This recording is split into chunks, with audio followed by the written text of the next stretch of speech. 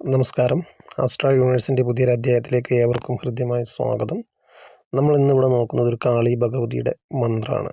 അതായത് എല്ലാവർക്കും ഉപയോഗിക്കാൻ സാധിക്കുന്ന, എല്ലാ പ്രശ്നങ്ങൾക്കുമെതിരെ നമുക്ക് ഉപയോഗിക്കാൻ പറ്റുന്ന ഒരു ലളിതമായിട്ടുള്ള മന്ത്രം. ഈ മന്ത്രത്തിന് കുറച്ചധികം പ്രത്യേകതകളുണ്ട്. ഈ മന്ത്രം ഉപയോഗിച്ച് നമുക്ക് നമ്മുടെ ആഗ്രഹങ്ങൾ നേടിയെടുക്കാൻ സാധിക്കും. ആ ആഗ്രഹങ്ങൾ നല്ലതോ അല്ലെങ്കിൽ മോശമോ എന്ന് നമ്മൾ ചിന്തിക്കേണ്ട കാര്യമില്ല. നല്ല വിശ്വാസത്തോട് കൂടിയിട്ട് ജപിക്കുക എന്നുള്ളതാണ്. നമ്മുടെ ജീവിതത്തിലിപ്പോൾ വളരെയധികം പ്രശ്നങ്ങൾ നേരിടുന്ന ആളുകളൊക്കെ ഉണ്ടാവും.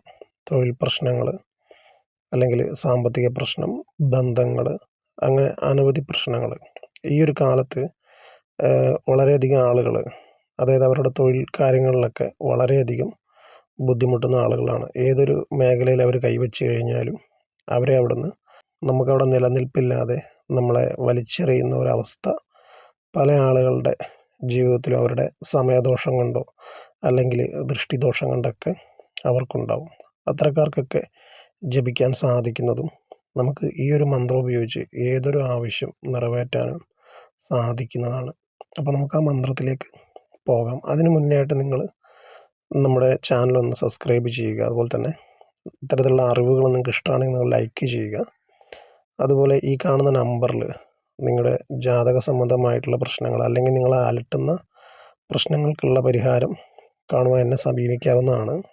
അതുപോലെ വിവാഹം, സാമ്പത്തികം, അതുപോലെ തൊഴിൽ എപ്പോൾ നടക്കും എന്നിങ്ങനെയുള്ള കാര്യങ്ങൾ അറിയാൻ വേണ്ടിയിട്ട് ഈ നമ്പറിൽ നിങ്ങൾക്ക് ബന്ധപ്പെടാവുന്നതാണ്.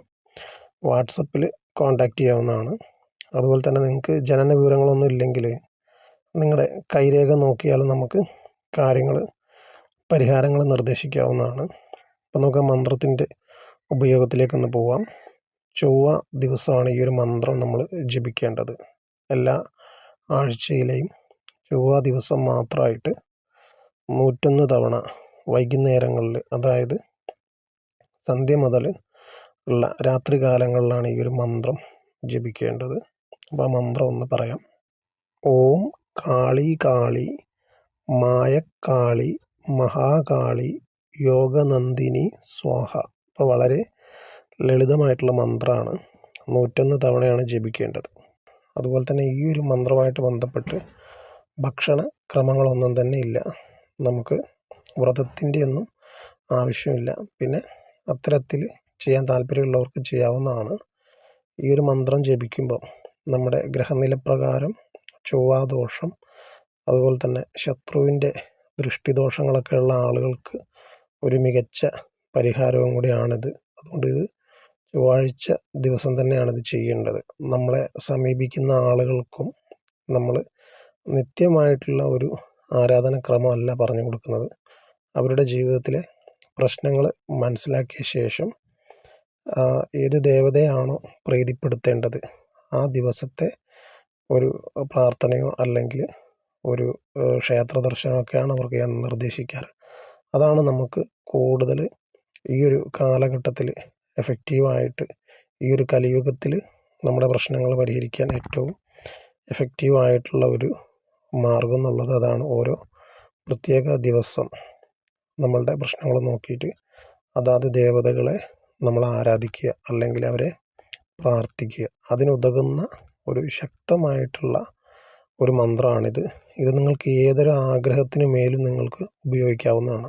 ഈ ഒരു മന്ത്രം ജപിച്ച ശേഷം നിങ്ങൾ കാളി ഭഗവതിയോട് പ്രാർത്ഥിക്കുക, എൻ്റെ ഈ ഒരു ആഗ്രഹം നടത്തി തരണമെന്ന് പറയുക.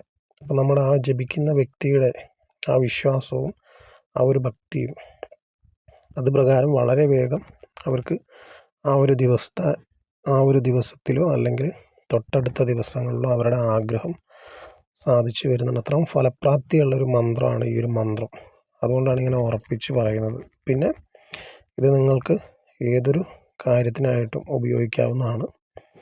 അപ്പോൾ മന്ത്രത്തെ പറ്റിയിട്ട് എല്ലാവർക്കും മനസ്സിലായെന്ന് വിശ്വസിക്കുന്നു. എന്തെങ്കിലും സംശയങ്ങളുണ്ടെങ്കിൽ നിങ്ങൾ കമൻറ്റിൽ രേഖപ്പെടുത്തുക.